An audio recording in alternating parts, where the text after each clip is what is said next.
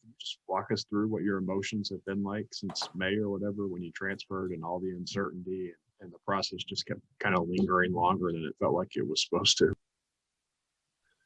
Well, it was a tough process. I mean, you had a pandemic in between. It was a tough decision, obviously. I was thinking about going professional, then talked with Coach Manning, changed my mind, thought about staying one more year at Wake Forest, have a great season, and then, we know what happened with Coach. Coach got fired pretty late, so it changed my plans, and then the Kentucky opportunity came up, and I mean, it's something that I couldn't refuse. I couldn't, I had to make that decision, and then the wait with my waiver and all that, it was tough. Even though Coach Kyle helped me a lot, supported me. I mean, everybody in the organization here helped me a lot.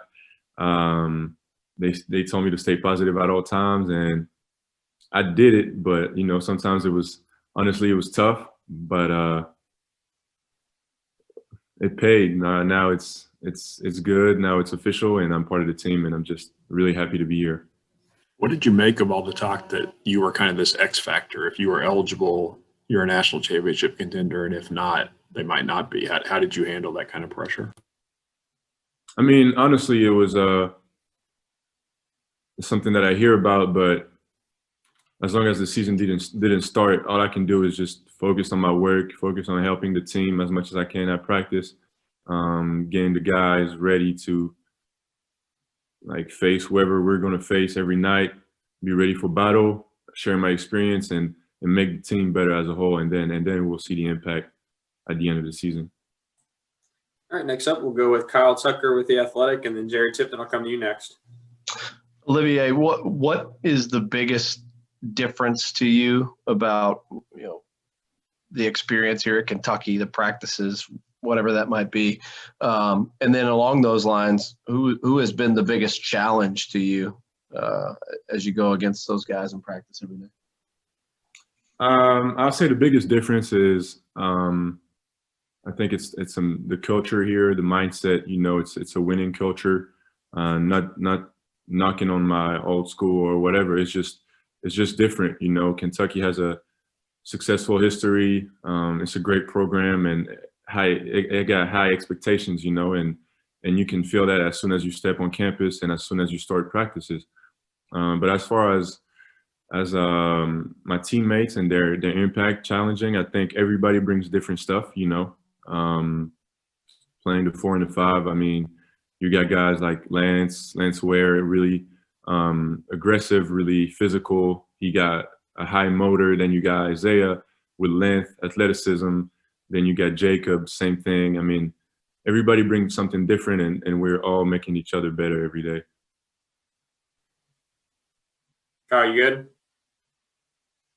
All right, we'll go on to Jerry Tipton with the Herald Leader. There we go. Olivier, I've wondered this, and it might sound kind of goofy, but are you named after Laurence Olivier, or how did you get that name? No, not at all. I mean, might have to ask my parents about that, but I don't think so. Olivier, I mean, it's a common name in France, and it's the name of my godfather, and it had a big impact on my parents when I wasn't born yet, so they decided to give me his name. And also, I wondered how you explain the dramatic improvements you've made over the last 3 or 4 years, numbers-wise, and I assume production-wise and game-wise. How does that play on your mind? How were you able to do that? I think it's a little bit of everything, work, but also mental work.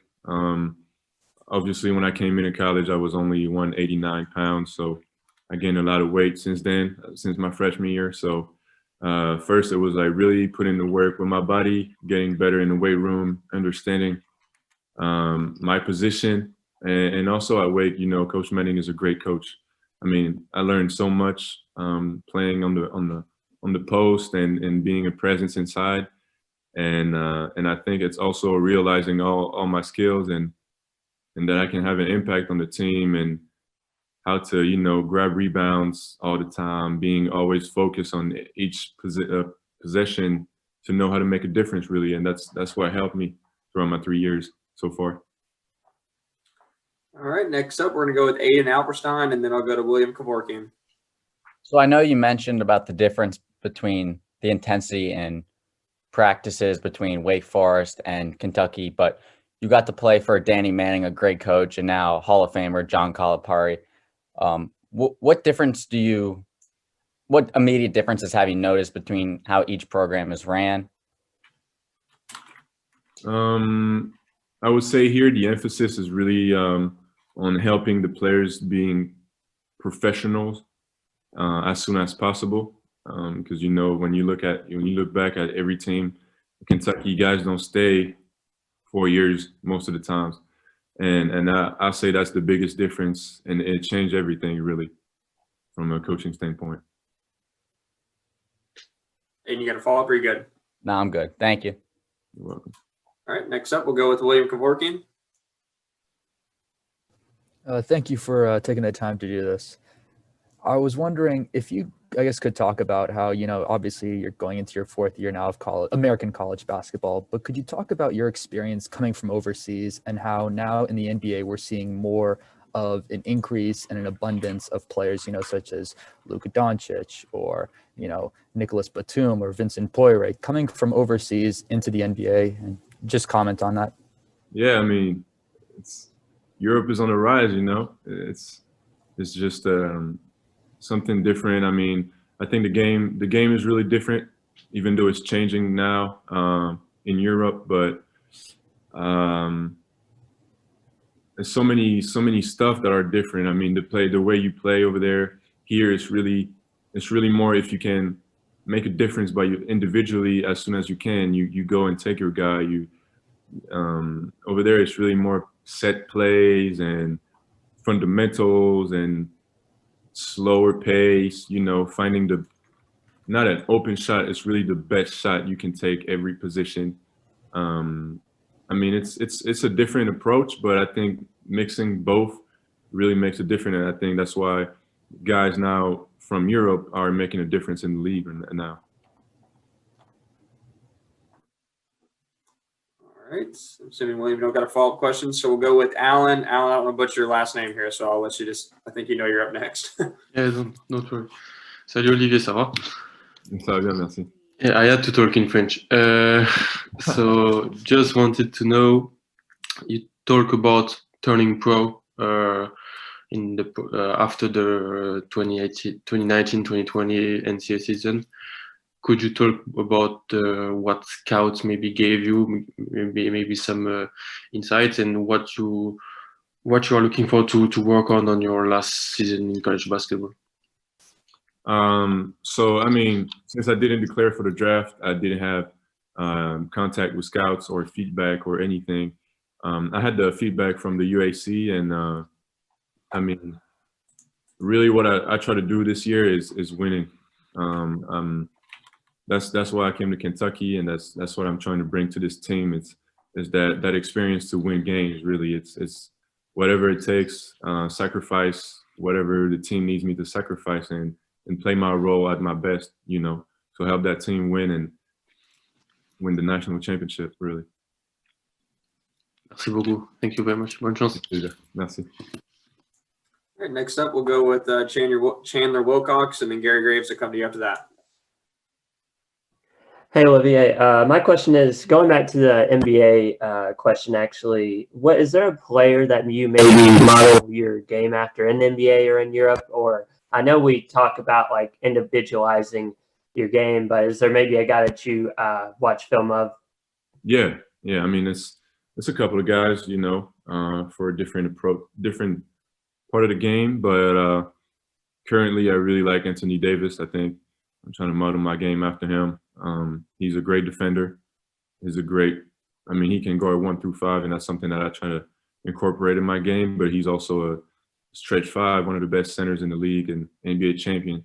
I also watched a lot of tape of Akeem Olajuwon for his footwork, counter moves and counter moves, and all type of stuff. He was also a great defender, all around player. He could shoot as a big. So, I mean, all these guys, Tim Duncan, all these big guys, even LaMarcus Aldridge, I think, is an underrated big in the league right now.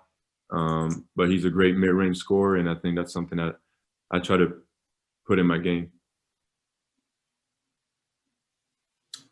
All right. Gary Graves, I promise you next. You can go ahead.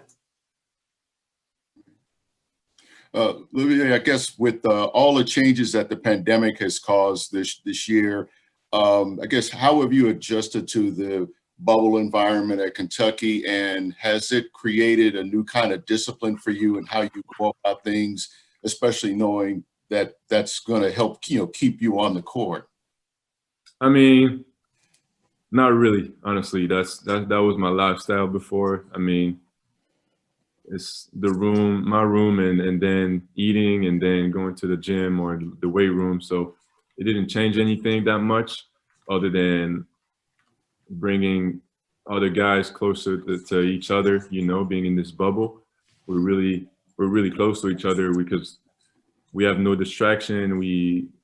We're avoiding leaving the lodge, the residence, or just staying safe, So I think it's helping the team chemistry so far. Gary, you got a follow-up? Are you good? No, I'm good. Thanks. Thank you. All right. Next up, we'll go with, sorry if I butcher the name here, Alois.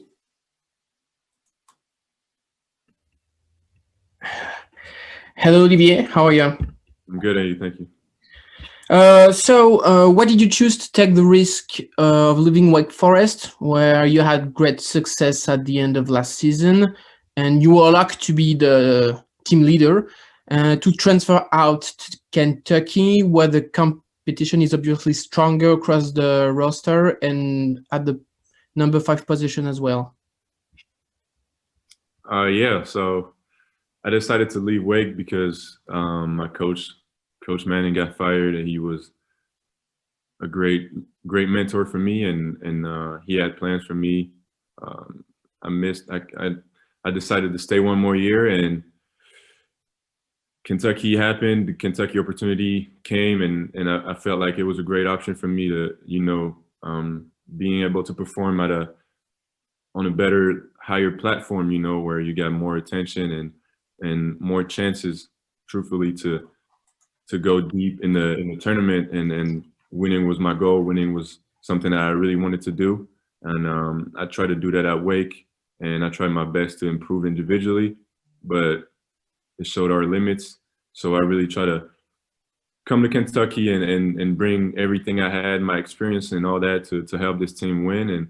And I felt like, talking with Coach Kyle, they needed experience on the front court at the big position, and obviously it's a lot of competition. It's a lot of great players on my position, but you can't look at that as pressure or anything negative. It's just helping me getting better and helping everybody getting better. So I think it's a win-win for me, win-win situation. All right. Next, we're going to go with Tyler Thompson, Kentucky Sports Radio, and then Ken Spencer will come to you after that. Go ahead, Tyler. Hey, Olivier. I know you've been in the States for several years now, but how would you explain Kentucky basketball to somebody back in France? Is it enough of a global brand that your friends and family understand the expectations and the pressure that come with it, the winning culture? Yeah, so Kentucky is just, when you think about the best basketball program, Kentucky is definitely up there, if not the one. I think it's the winningest program in the nation. It's just a factory of NBA players, a factory of just winning and winners in general. It's a team that always go deep in the tournament, Elite Eight, March Madness. Final Four and all that. It's just, they got that tradition of cutting nets at the end of every season, and it's something that I was really drawn into, and that's one of the best programs in the country, really. All right, Ken Spencer, you got next. Yeah, Olivier, you were so important to everything that you guys did at Wake last year. how important is it for you to, and at times last year, I think you got yourself in a little bit of foul trouble. How important is that to work on that aspect of your game, still being aggressive defensively, but maybe not committing those kind of ticky-tack fouls? Definitely, it's definitely important for me. It's something that we talk about a lot at practice. It's an area in my game that I'm trying to improve a lot because I feel like I'm more available on the court than off the court for the team. So it's definitely something that I need to improve. My defense, it's part of my defense. You know, it's not blaming whoever is on the court that I'm fouling. It's on me, and whether it's positioning, whether it's timing, or whatever, it's something that I really try to improve and work on. All right, next up, we'll go with John Wong, and then you guys will start to circle back around to some follow-ups. Go ahead, John. Hey, Olivier, welcome to Lexington. I'm always intrigued by what visitors to this city, specifically international visitors, think about it. What are some of the things about Lexington that have been a pleasant surprise for you? And what are some things that may take you a little while to get used to? So I haven't got a chance really to visit the city because of the situation, you know, in the bubble, but from what I know is it's a lot of horses here. It's like the capital of horse. I mean, the races and all that. So that's interesting. That's pretty fun for me. Other than that, I can't say much other than there's a great fan base, honestly. You can feel it, even though I'm not going around and all that, moving around, visiting the city, but you can feel that, and that's something that's really cool as a player. Tell me just a quick thing about your communication major and the academic transition to Kentucky. How has that gone? It's going well. Thanks for asking. I mean, since I transferred, I gotta take a lot of classes, you know, 18 hours this semester. So it's pretty rough, but it's going well, honestly. It's, I mean, great professors, great school. It's going well. Thank you. All right, guys, start going back to some follow-up questions. We've got about a little over 10 minutes here. So John Hale, we'll start with you, and then Jerry, I'll come to you. Olivier, I read where you said you were a better soccer player than you were a basketball player growing up. I'm curious, who would you compare your soccer skills to? What kind of player were you? And then how did you come to basketball instead? So I'm glad you noticed that. I mean, I played both at the same time. I played a lot of sports at the same time, and I was better at soccer than basketball. My favorite player is Ronaldinho from Barcelona.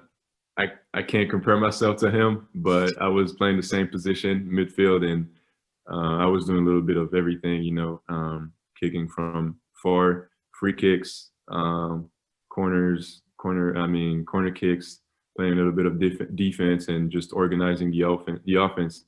So, and then, I mean, I was recruited by a professional team, but my dad hid the letter from that team, and he showed it to me like, I think 2 or 3 years ago.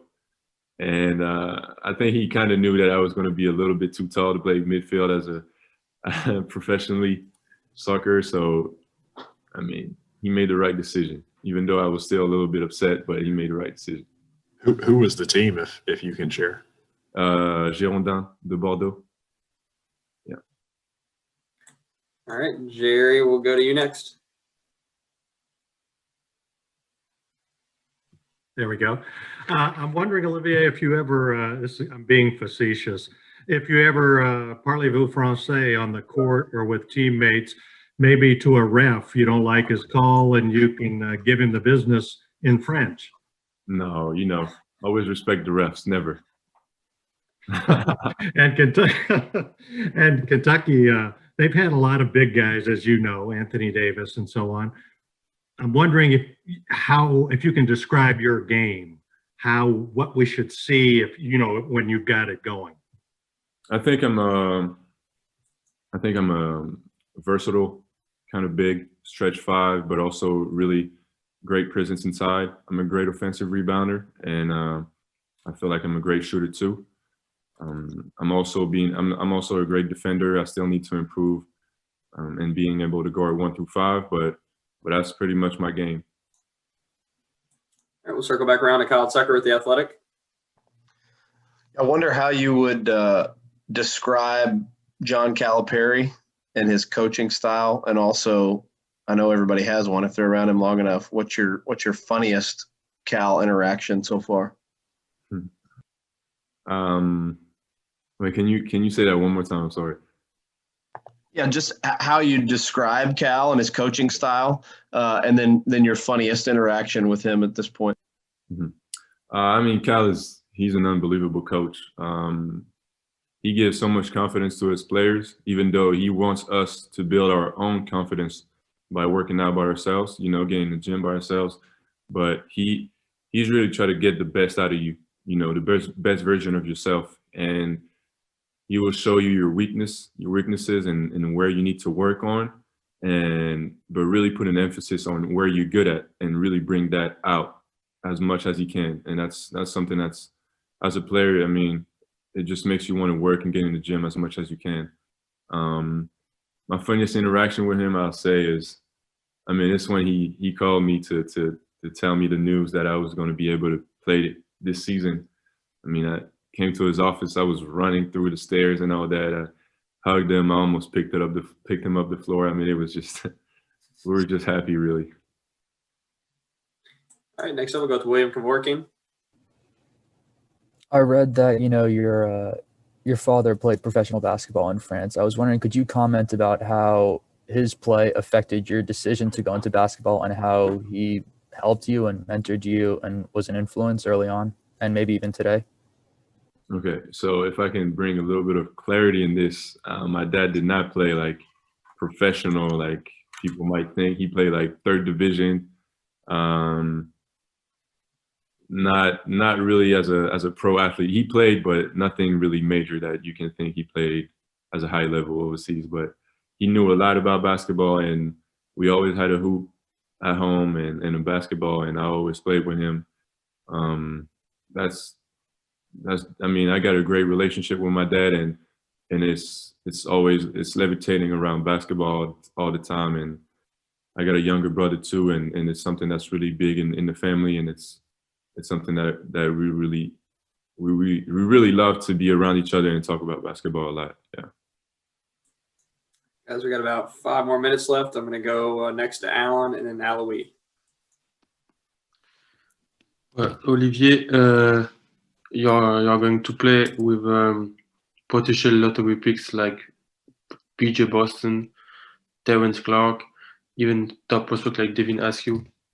Can you talk about those guys or training has been with those top prospects? Great. I mean, these guys, 3 guys you named, I mean, like the entirety of the team. I mean, great work ethic, great young guys. They're always willing to listen to any advices that the older guys like myself or Davion or even Keon or everybody has. They're always listening, asking questions, trying to get better every day. I mean, it's just fun to be around them. It makes my job easier as a leader because they always asking questions, like I said, but really talented and just great group of guys. Thanks. All right, Alois, we'll go to you next. So I was wondering, how did you go through the waiting period for the waiver, and especially how confident you were in a positive answer from the NCAA to come and play to Kentucky? Like I said earlier, I mean, it was a tough process, even though I was pretty confident, it was kind of a gamble taking that decision. It was a big factor in me leaving Wake Forest, the question of, am I going to be able to play next season right away?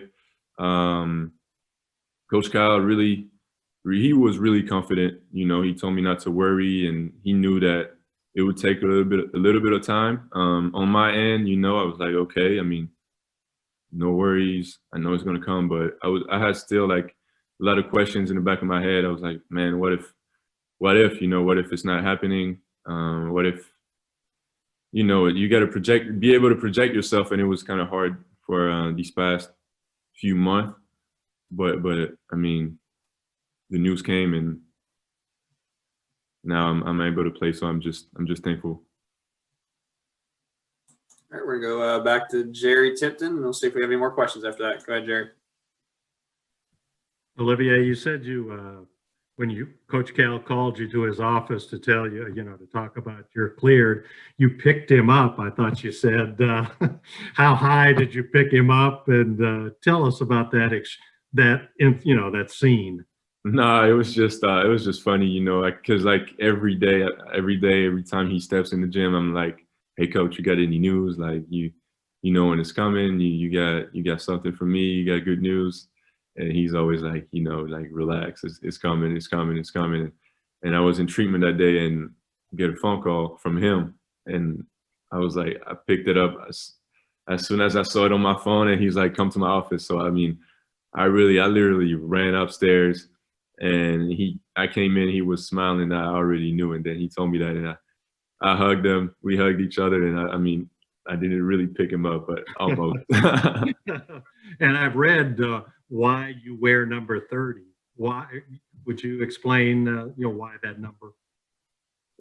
So I wear number 30 for it. I mean, a lot of reasons. It's first, it's something that I look up to because it's the number of years my mom has on me, and it's something that it reminds me of her when I play, and also I'm a godfather now, and my goddaughter was born in July 30th. So, I play for a lot of women in my life. So both of them, and it's just something that reminds me of them. All right, we'll go back to Kyle Tucker with The Athletic. Yeah, you've talked about some things you want to improve and work on and all those things. And you mentioned, Cal will show you your weakness, but emphasize your strength. What's the one thing day one right now you can give this team at a high level? Rebounds and great presence inside, and a lot of pick and pops shooting.